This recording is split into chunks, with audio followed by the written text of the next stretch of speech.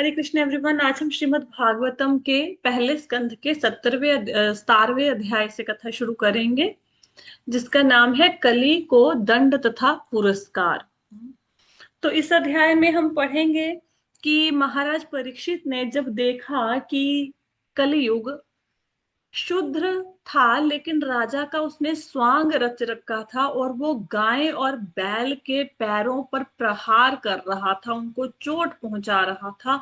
उसे देखकर महाराज परीक्षित ने उसके अगेंस्ट क्या एक्शन लिया और फिर कलयुग ने महाराज का सामना कैसे किया, उन दोनों में क्या बातचीत हुई, महाराज परीक्षित ने उसको मारा क्यों नहीं, जीवित क्यों छोड़ दिया, इन सारे प्रश्नों का उत्तर हमें इस अध्याय में मिलेगा।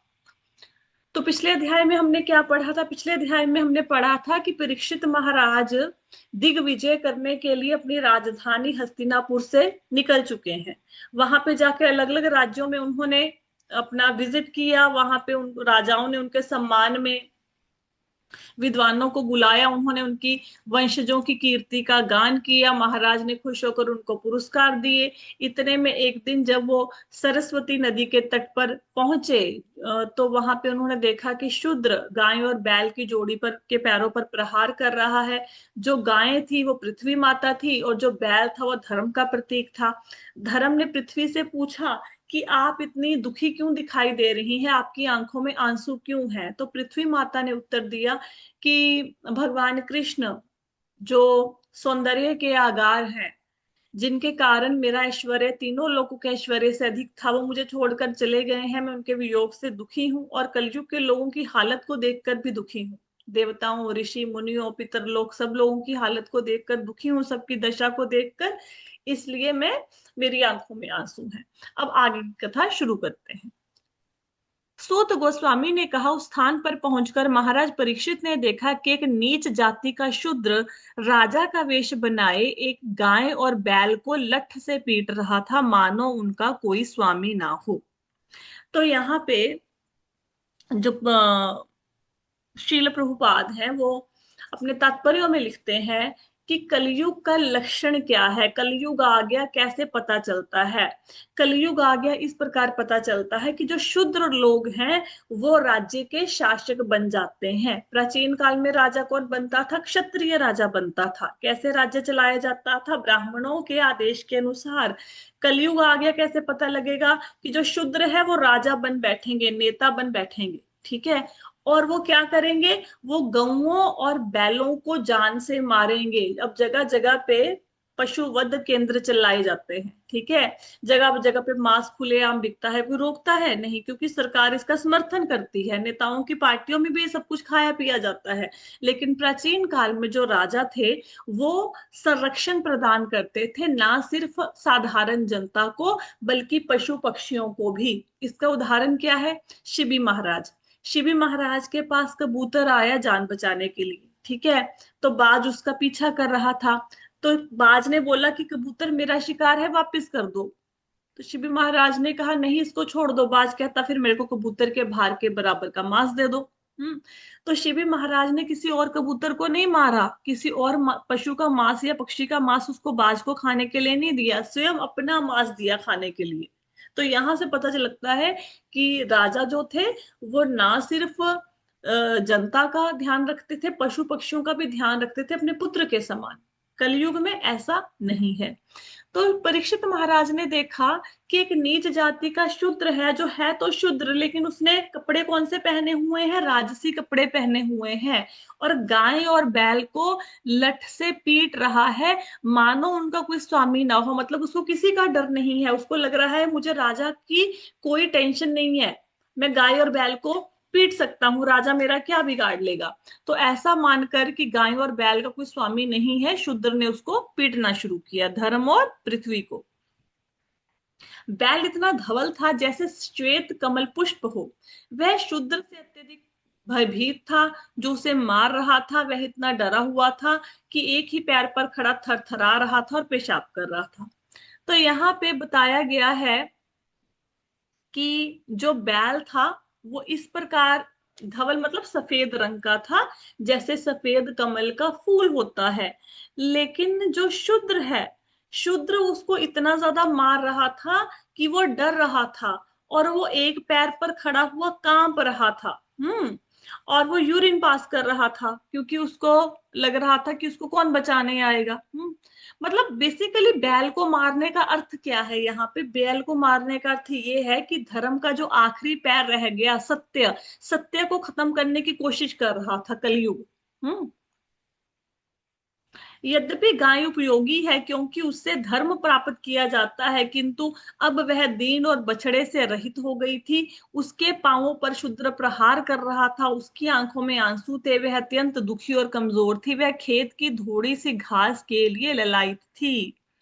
तो यहाँ पे बताया गया है, प्रभुपाद जी लिखते हैं कि कलयुग का पहला लक्षण क्या है कि शूद्र राजा बन गए हैं, नेता बन गए हैं। दूसरा लक्षण क्या है कि गाय दुखी है। अगर कभी गाय दुखी अवस्था में हो तो समझो कलयुग आ गया। क्योंकि गाय का प्रसन्न रहना बहुत अधिक आवश्यक है। गाय हमें दूध देती है, दूध से घी बनता है, घी से ऋषि मुनि यज्ञ करते हैं, यज्ञ से देवता प्रसन्न होते हैं, देवता प्रसन्न होकर बारिश करते हैं, बारिश से अन्न होता है और हमारा पेट भरता है। तो गाय का प्रसन्न रहना बहुत जरूरी है। लेकिन कलयुग के टाइम पे क्या हो रहा है, गायों को मारा जा रहा है, उनको मार के खाया जा रहा है। तो गाय उपयोगी पशु है क्योंकि उससे धर्म की प्राप्ति होती है। धर्म की प्राप्ति कैसे होती है, मैंने आपको बताया कि गाय के दूध से घी बना के यज्ञ किया जाता है, जो धार्मिक कार्यों में उपयोग होता है। उससे हवन इत्यादि, ये भगवान विष्णु की प्रसन्नता के लिए यज्ञ किए जाते हैं। लेकिन अब वो अपने बछड़े से रहित हो गई। गाय दूध कब अच्छा देती है, वो बछड़े को देख के दूध देती है। बछड़े को देखते सार उसका ममता उमड़ आती है और वो दूध देना शुरू कर देती है। ठीक है। तो आजकल क्या किया जाता है, बछड़े को गाय से अलग कर दिया जाता है ना। बछड़े दूध पर, गाय के दूध पर बछड़े का अधिकार है, लेकिन कलयुगी लोग क्या करते हैं, बछड़े को दूध नहीं पीने देते। बछड़े को सामने करके गाय का दूध निकालेंगे लेकिन बछड़े को पीने नहीं देंगे। तो गाय बछड़े से रहित हो गई थी और कलयुग उसके पैरों पर प्रहार कर रहा था। गाय की आंखों में आंसू थे, बहुत दुखी थी, और वो थोड़ी सी घास चाहती थी जो खेत में लगी हुई है, लेकिन उसको वो घास भी नहीं मिल रही थी। मतलब गाय के पेट भरने के लिए शूद्र उसको कुछ प्रदान नहीं कर रहा था, पितु उसको मार रहा था। धनुष बाण से सज्जित था स्वर्ण जडित रथ पर आसीन महाराज परीक्षित उसे शूद्र से मेघ के समान गर्जना वाली गंभीर वाणी से बोले। अब देखो, पूरी दुनिया में कलयुग का प्रभाव है। क्या कोई ऐसा नेता है जो हाथ में तलवार लेके बोले कि मैं कलयुग से लड़ूंगा? कोई नहीं ना लड़ सकता। लेकिन परीक्षित महाराज में वो प्रभाव था। परीक्षित महाराज का प्रभाव था कि उनके यज्ञ में देवता साक्षात आके बैठते थे। कितने धर्मात्मा थे परीक्षित महाराज। और परीक्षित महाराज में वो समर्था थी कि वो कलयुग को युद्ध के लिए ललकार सकते थे, है ना। आजकल के जमाने में कोई कलयुग को नहीं ललकार सकता। तो उन्होंने शूद्र को ललकारा। हम्म कहाँ पे बैठे थे परीक्षित महाराज? रथ पर। रथ किससे बना हुआ था? सोने से बना हुआ था। और उससे गंभीर वाणी में बोले। क्या कहा? परीक्षित महाराज ने कहा, अरे तुम हो कौन? तुम बलवान प्रतीत होते हो, फिर भी तुम उन असहायों को मारने का साहस कर रहे हो जो मेरे संरक्षण में है। वेश से तुम देवतुल्य पुरुष राजा बने हो, किंतु अपने कार्यों से तुम द्विज क्षत्रियों के सिद्धांतों का उल्लंघन कर रहे हो। तो राजा का फर्ज है कि वो रक्षा करे सबकी। तो परीक्षित महाराज ने बोला कि तुम कौन हो? कलयुग को बोला कि तुम दिखने में तो बहुत बलवान लग रहे हो, लेकिन तुम एक असहाय पशु के ऊपर तुम प्रहार कर रहे हो जिसके पैर भी पूरे नहीं है, और गाय माता के ऊपर प्रहार करने का साहस कर रहे हो। तुम शूद्र जैसे हो, लेकिन तुम राजा का भेष धारण कर रहे हो। और क्षत्रिय तुम लग नहीं रहे। क्यों? कि तुम क्षत्रिय के सिद्धांतों को उल्लंघन कर रहे हो। क्षत्रियो का सिद्धांत क्या है? क्षत्रियो गायों की रक्षा करते हैं, क्षत्रियो ब्राह्मण जाति का सम्मान करते हैं क्षत्रिय लोग, लेकिन तुम दोनों काम कर नहीं रहे हो। तो तुम हो कौन? हम्म और ये गाय और बैल जिसको तुम मार रहे हो, ये मेरे संरक्षण में है, इनकी रक्षा करना मेरा फर्ज बनता है। तो तुम्हारी इतनी हिम्मत कैसे हुई कि मेरे रहते हुए तुम दोनों को मारो? अरे धूर्त, क्या तुम इस निर्दोष गाय को मारने का दुस्साहस इसलिए कर रहे हो कि भगवान कृष्ण तथा गांडीवधारी अर्जुन दृष्टि से बाहर है? चूंकि तुम इस निर्दोष को एकांत स्थान पर मार रहे हो, अतएव तुम अपराधी हो और वध किए जाने योग्य हो। तो उसको बोल रहे हैं, शूद्र को, जो कलयुग है उसको बोल रहे हैं कि मुझे लगता है तुम शायद इसलिए गाय को मार रहे हो क्योंकि तुम्हें ऐसा लगता है कि भगवान कृष्ण चले गए हैं दिव्य धाम को। अर्जुन भी नहीं रहे, जिन्होंने जो गांडीव, गांडीव क्या है, उनके धनुषबाण का नाम है अर्जुन के, जो गांडीव धनुष को धारण करते थे, अर्जुन भी नहीं रहे, भगवान कृष्ण भी चले गए हैं। तो अब मेरे को रोकने वाला कोई नहीं है, इसलिए मैं गाय के ऊपर प्रहार कर सकता हूँ। और तुमने इस पशु को एकांत स्थान पर मारा है, इसलिए तुम अपराधी हो और अब मैं तुम्हें मारूंगा क्योंकि तुम वध किए जाने योग्य हो। आजकल क्या होता है, एकांत स्थान पर लेके जाते हैं पशुओं को, उनको मार देते हैं, हमें लगता है कि कोई देखने वाला नहीं है, पशु को मारा, पशु कौन सा बोल सकता है, लेकिन भगवान की किताब में सब कुछ नोट हो रहा है। जो आज किसी पशु को मार रहा है, अगले जन्म में वो खुद पशु बनेगा, वही पशु उसको मारेगा। तो पशुओं के ऊपर अत्याचार नहीं किए जाने चाहिए। तब उन्होंने, महाराज परीक्षित ने बैल से पूछा, अरे तुम कौन हो? तुम श्वेत कमल जैसे धवल बैल हो या कोई देवता हो? तुम अपने तीन पैर खो चुके हो और केवल एक पैर पर चल रहे हो। क्या तुम बैल के रूप में कोई देवता हो जो हमें इस तरह क्लेश पहुंचा रहा है? तो परीक्षित महाराज सोच भी नहीं सकते थे कि उनके राज्य में बैल कितनी दुर्दशा हो जाएगी कि उसके तीन पैर कट जाएंगे, एक पैर पे खड़ा होकर वो मार खाएगा। तो वो हैरान रह गए देख के और बैल से पूछा कि तुम कौन हो? तुम्हारा रंग सफेद कमल जैसा है, तुम्हारे तीन पैर कट चुके हैं, तुम सिर्फ एक पैर पर चल रहे हो। कोई कहीं ऐसा तो नहीं कि कोई देवता हो तुम और बैल का रूप धारण करके हमें कोई संदेश पहुंचाने आए हो?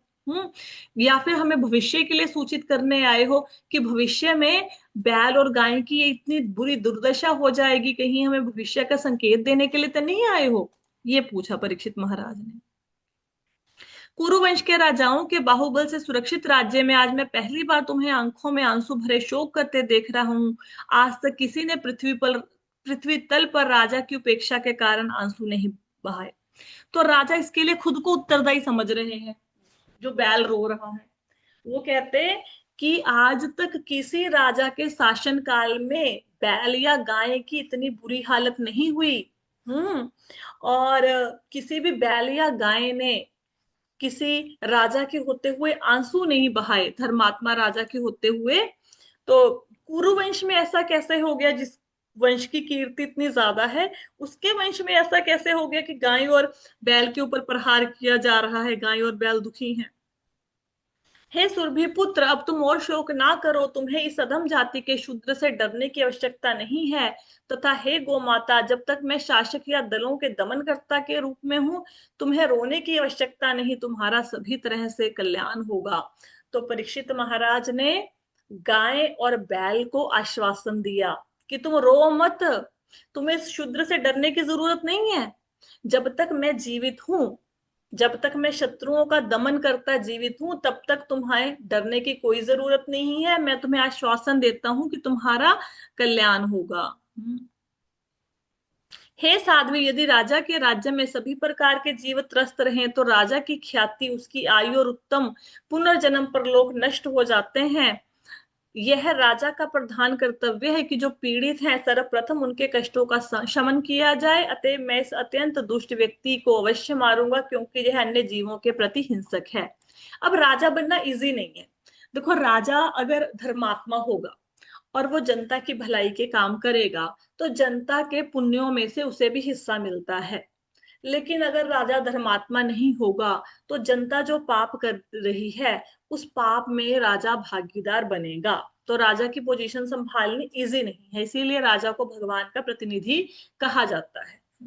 तो यहाँ पे कह रहे हैं कि जिस किसी राजा के राज्य काल में, उसके शासन में, अगर गाय और बैल दुखी हैं या फिर बाकी लोग दुखी हैं, तो ना तो उस राजा का इस जन्म में उद्धार होता है, उसका परलोक भी नष्ट हो जाता है। इस जन्म में तो उस राजा को दुख मिलते ही है, उसका परलोक भी परलोक में भी उसको सुख नहीं मिलता और उसकी आयु भी कम हो जाती है।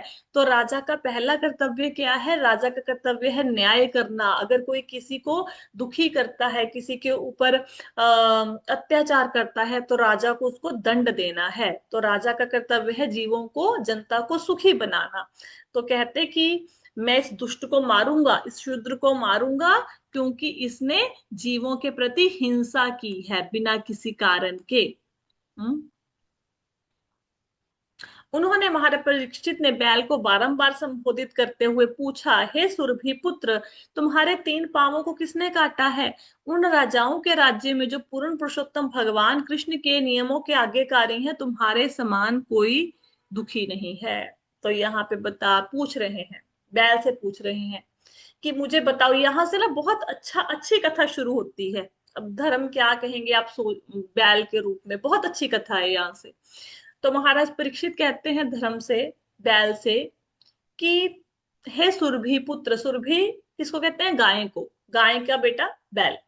तो हे सुरभि पुत्र, कहते कि तुम्हारे 3 पांव किसने काट लिए हैं?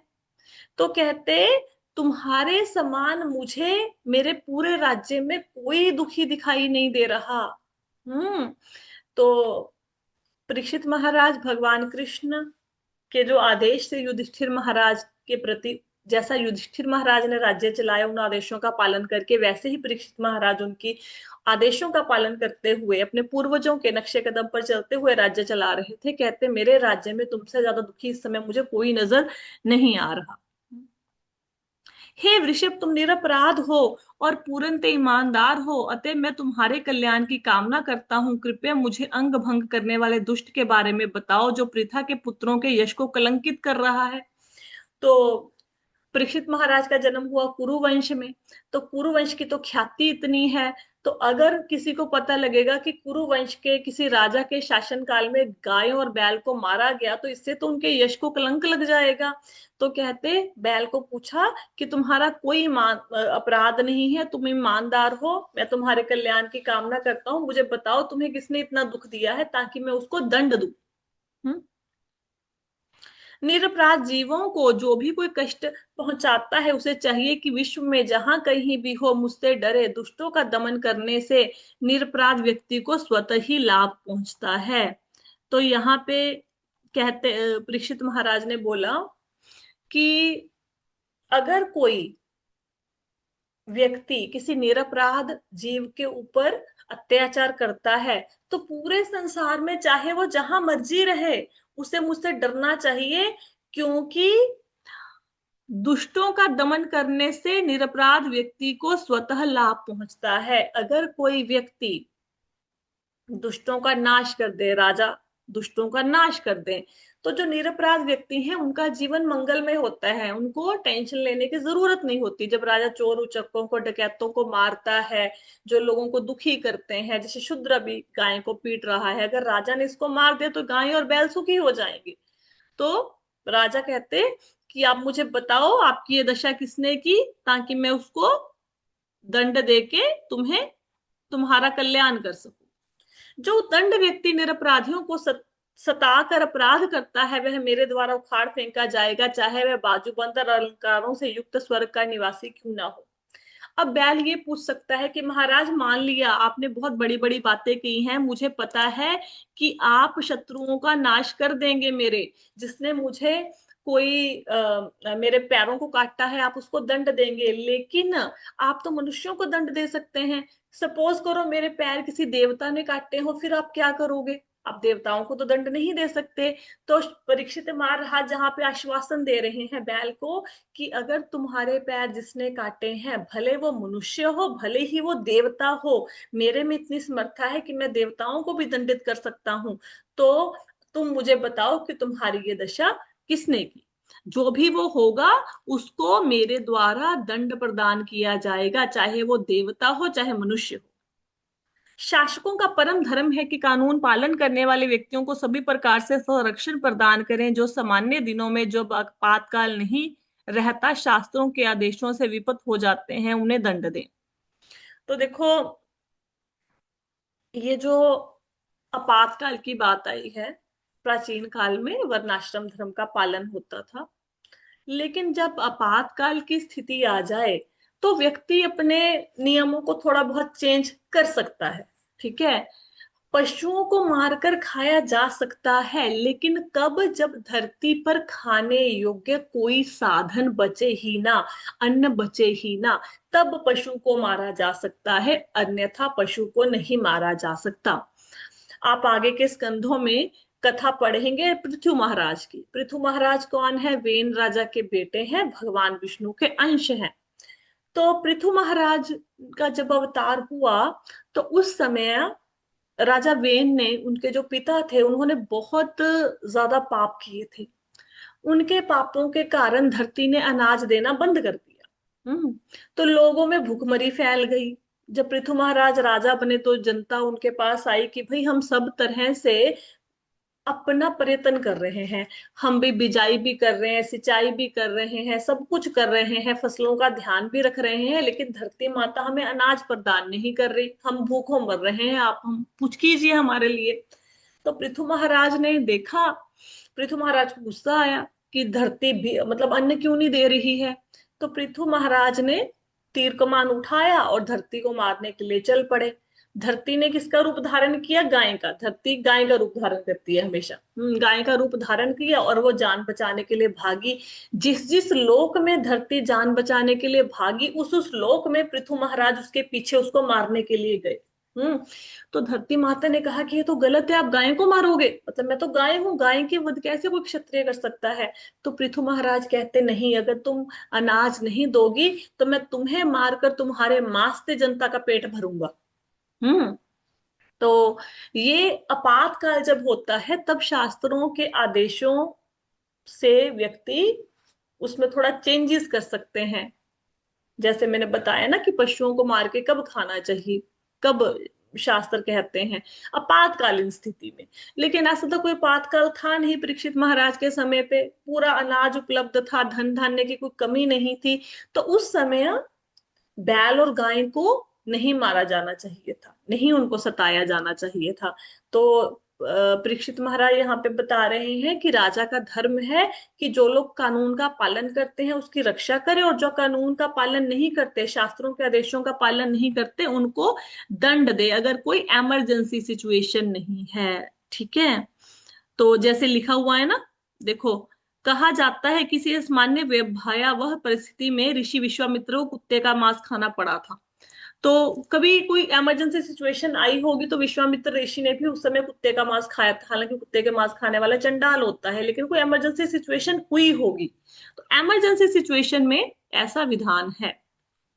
धर्म ने कहा, अभी आपने जो शब्द कहे हैं वे पांडव वंशीय व्यक्ति के लिए सर्वथा उपयुक्त हैं। पांडवों के भक्तिपूर्ण गुणों से मोहित होकर ही भगवान कृष्ण ने दूत का कर्तव्य निभाया। परीक्षित महाराज ने बड़े बड़े वचन दिए कि बताओ तुम्हारी ये हालत किसने की, चाहे देवता हो मैं उसको भी दंड दूंगा। तो यहाँ पे धर्म, बैल जो कि धर्म के रूप में है, वो कह रहा है कि महाराज जो आपने कहा है ना मुझे, भी बिल्कुल सही बोला है, क्योंकि आप पांडव महाराज के वंशज हैं, और पांडु महाराज के वंशजों की कीर्ति इतनी अधिक है कि मैं ये नहीं कह सकता कि आप मिथ्या गर्व के कारण मेरे सामने ऐसी बातें कर रहे हैं।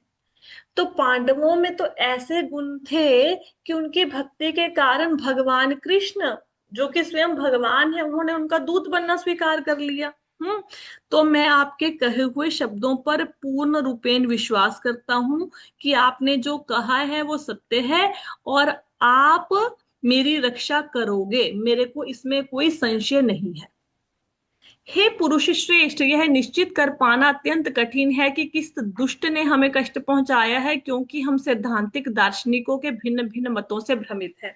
ये बहुत बहुत ये सुंदर चैप्टर है, ये पढ़ने वाला चैप्टर है, इसको बार बार पढ़ना चाहिए अगर हम जिंदगी में बहुत ज्यादा परेशान होते हैं। क्या कह रहा है धर्म?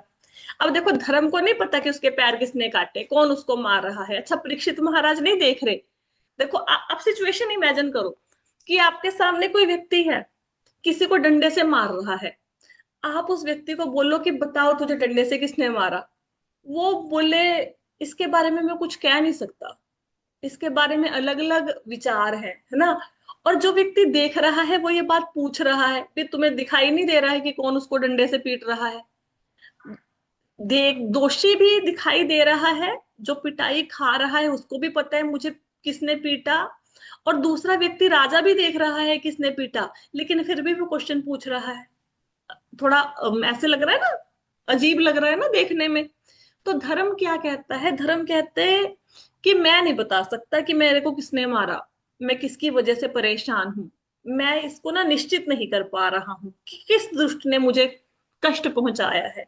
क्योंकि जो विद्वान लोग हैं इसके विचार, इसके बारे में उन्होंने अलग अलग अपने विचार प्रस्तुत किए हैं। ठीक है, तो क्या कह रहे हैं? देखो, सभी प्रकार के द्वैत से इनकार करने वाले कतिपय दार्शनिक यह सोचते हैं कि मनुष्य अपने सुख दुख के लिए स्वयं उत्तरदायी है। अन्य लोग कहते हैं कि दैवी शक्तियां इसके लिए जिम्मेदार हैं, जबकि कुछ लोग ऐसे कहते हैं, ऐसे हैं जो कहते हैं इसके लिए कर्म जिम्मेदार है। जो निपिट भौतिकवादी वे मानते हैं प्रकृति ही इसका अंतिम कारण है। बैल ने क्या बोला? बैल ने बिल्कुल नहीं कहा कि ये शूद्र है, ये कलयुग है, इसने मुझे मारा ना। बैल ने क्या बोला? बैल कहते हैं अलग अलग विद्वान हैं, जैसे आपने दर्शन पढ़े होंगे, किसने पढ़ा हो तो, कपिल भगवान कपिल का दर्शन है, ठीक है, आगे अलग अलग उन्होंने जैमिनी का दर्शन है ना, पतंजलि का दर्शन है। दर्शन मतलब फिलोसफीज, फिलोसफी, फिलोसफी को दर्शन कहते हैं। तो अलग अलग जो फिलोसफर्स हैं उन्होंने इसके बारे में कि हमें दुख क्यों होता है अपनी अपनी फिलोसफीज लिखी हैं। दर्शन मतलब फिलोसफी लिखना, ठीक है।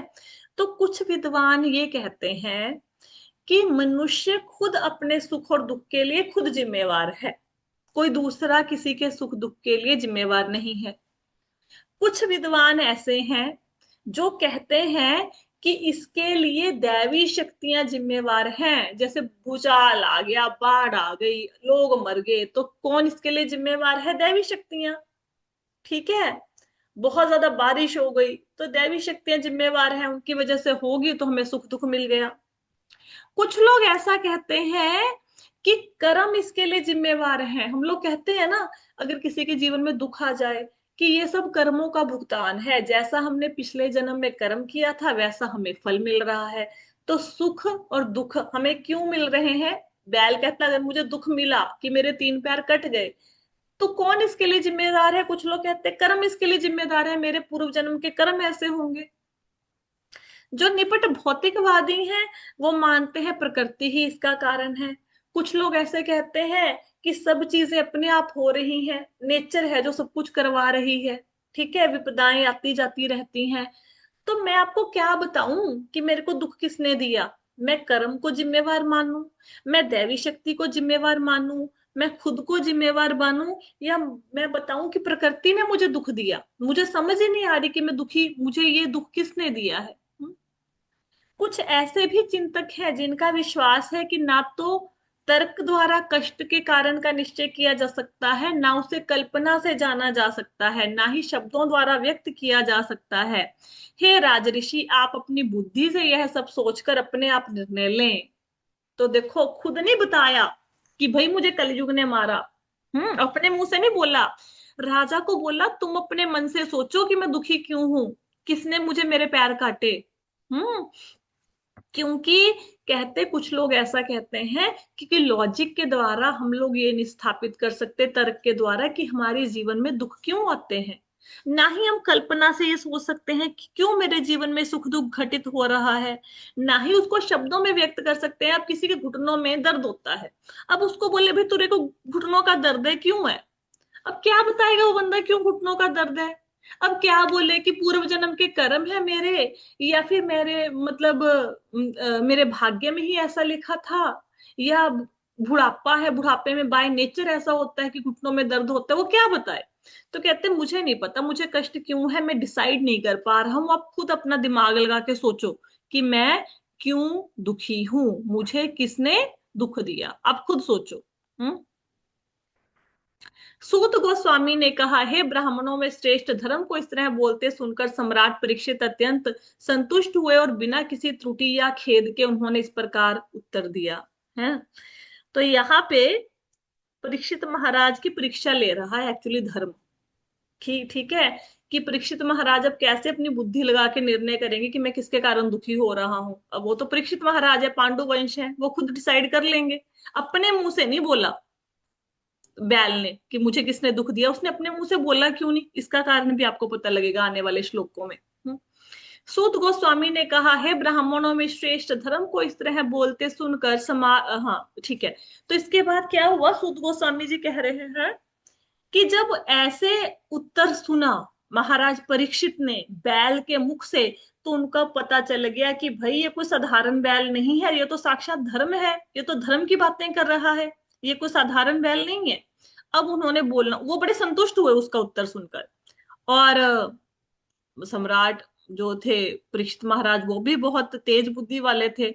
अब उन्होंने बोलना शुरू किया। राजोवाच, राजा ने कहा, अहो, तुम तो बैल के रूप में हो, तुम तो धर्म के सत्य को जानते हो और तुम सिद्धांत के अनुसार बोल रहे हो, और अधार्मिक कर्मों के अपराधी के लिए वांछित गंतव्य वही है जो अपराधी की पहचान करने वाले की है। तुम साक्षात धर्म के अतिरिक्त अन्य कोई नहीं हो। तो देखो यहाँ पे इस श्लोक से हमें क्या समझ आता है। राजा ने कहा कि तुम बैल के रूप में हो लेकिन तुम धर्म के नियमों को जानते हो। हम्म, तो तुम साक्षात धर्म हो और कोई नहीं हो सकता। धर्म ही ऐसी बातें कर सकता है, क्योंकि जो गति अपराधी की है वही अपराधी का नाम लेने वाले की भी होती है। मैंने ये ना पिछले साल ये कथा सुनाई थी, पिछले दो तीन साल पहले ये कथा मैंने भागवतम की सुनाई थी। तो कोई माता जी थे, वो कथा सुनते होते थे, उन्होंने ये वाला श्लोक सुना। तो उसमें बताया गया कि भाई जो अपराधी का नाम लेता है उसकी भी वही दशा होती है जो अपराध करने वाले की होती है, उसी को भी वही दंड मिलता है।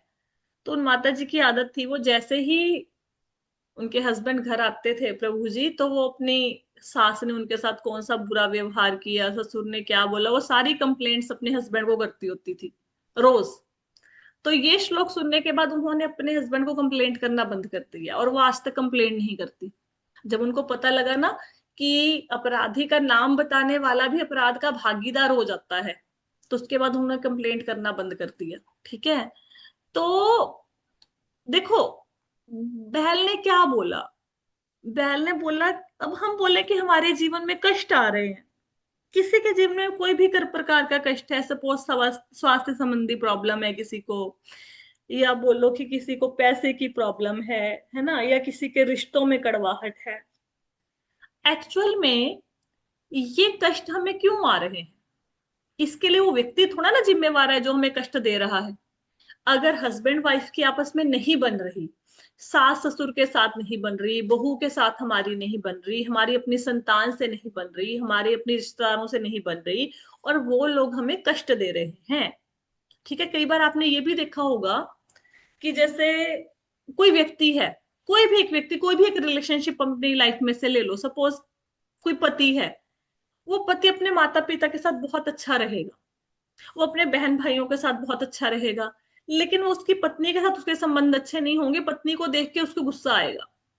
पत्नी भी ऐसी हो सकती है, वो अपने माता पिता से अच्छी रहेगी, फ्रेंड्स के साथ अच्छी रहेगी, सबके साथ अच्छी रहेगी, लेकिन पति को देखकर उसको गुस्सा आना शुरू हो जाएगा। बच्चे ऐसे हो सकते हैं कि बाहर सबसे हंस बोल के अच्छे से बात करेंगे, जैसे ही माता सामने आई उनको गुस्सा आना शुरू हो जाएगा। ऐसा क्यों होता है? ऐसा इसलिए होता है क्योंकि वो जो व्यक्ति है उसका कर्म बंधन आपके साथ है। पास्ट में आपने उसके साथ बुरा किया, बाकी जो लोग उसकी लाइफ में उसने उनके साथ कोई बुरा नहीं किया, क्योंकि हमने उस व्यक्ति के साथ बुरा कर्म किया और हमारा कर्म उसके साथ बंधा हुआ है, इसलिए वो व्यक्ति सिर्फ पूरे घर में हमें ही कष्ट दे रहा है, बाकी किसी को नहीं दे रहा।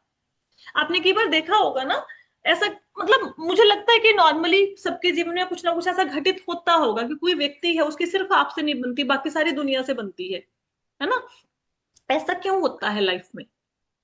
ये हमारा पूर्व जन्म का उसके साथ संबंध है, हमने कुछ कर्मों का भुगतान करना है। इसीलिए तो कहते हैं कि भाई क्यों हमारे शास्त्रों में तलाक इत्यादि के बारे में नहीं लिखा गया? क्योंकि वो जो हस्बैंड वाइफ का आपस के साथ कार्मिक बंधन है वो इसी जन्म में कंप्लीट हो जाए। अगर हम सोचें कि मेरी हस्बैंड से या वाइफ से नहीं बनती तो हस्बैंड छोड़ के चले जाओ, वाइफ छोड़ के चले जाओ, कई बार माताएं कहेंगी ना घर छोड़ के चले जाएंगे, है ना? तो यही व्यक्ति आपको अगले जन्म में मिलेगा, अपने कर्मों का हिसाब पूरा करने के लिए फिर से आएगा। तो जो मिला जैसा मिला हंस के काट लो, यही है। ठीक है, इसी जन्म में कर्मों का भुगतान करो, सास ससुर बहू जो भी हैं आपस में, तो इसी जन्म में अपने कर्मों का भुगतान करो। नहीं तो अगले जन्म में और कोई नहीं, यही मिलेंगे, है ना? तो हंस के कर्मों को काट लो बस। राइट। हाँ, लेकिन कई बार एक्सेप्शनल केस सिनारियो भी होते हैं। एक्सेप्शनल केस सिनारियो मतलब कोई व्यक्ति किसी को इतना ज्यादा बुरी तरह से परेशान करता है कि व्यक्ति सोचता है मैं जीवन को ही समाप्त कर लूं। ठीक है, तो उस टाइम पे ठीक है, वो जरूरी हो जाता है वो संबंध को से अलग होना। लेकिन जहां तक हो सके सहन करना चाहिए। ठीक है, क्योंकि हमारे खुद के ही कर्मा है जिसके कारण। अब बैल कहता मेरे खुद के ही कर्म है भाई, क्या पता देवताओं ने दुख दिया, क्या दैवी शक्ति ने दिया, प्रकृति ने दिया, या मेरे कर्मों ने दिया, मैं क्यों कलयुग को दोषी मानूं? ये तो सिर्फ निमित्त है, ये तो जो मार रहा है, मुझे क्या पता इसका कारण क्या है? क्योंकि भगवान की इच्छा के बिना कुछ हो सकता है? आप देखो, हमारे जीवन में जो भी कुछ होता है अच्छा या बुरा, सबसे पहले भगवान कृष्ण उस फाइल के ऊपर साइन करते हैं अपने, कि भाई तब जाके हमारे जीवन में वो घटित होता है। हमारी अपनी मर्जी से कुछ घटित हो सकता है? नहीं। तो अगर भगवान की इच्छा है कि हम जीवन में इस सिचुएशन को देखें तो देखो ना, फिर भुगत लो। तो भगवान की आज्ञा के बिना तो ऐसा हो नहीं सकता कि बैल को वो शूद्र मार दे, है ना? तो उन्होंने हरी इच्छा समझकर किसी का नाम नहीं लिया। राइट। इस चैप्टर में और भी बहुत अच्छी अच्छी चीजें हैं जानने के लिए। ये हम बाकी का चैप्टर कल कंप्लीट करेंगे, आज तो हमारा समय हो गया है। अब तक की कथा में अगर किसी को प्रश्न है तो पूछ सकते हैं।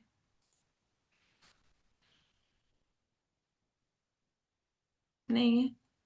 ठीक है, तो आज की कथा को यहीं पे विश्राम देते हैं। श्रीमद् भागवतम की जय, श्रील प्रभुपाद की जय। हरे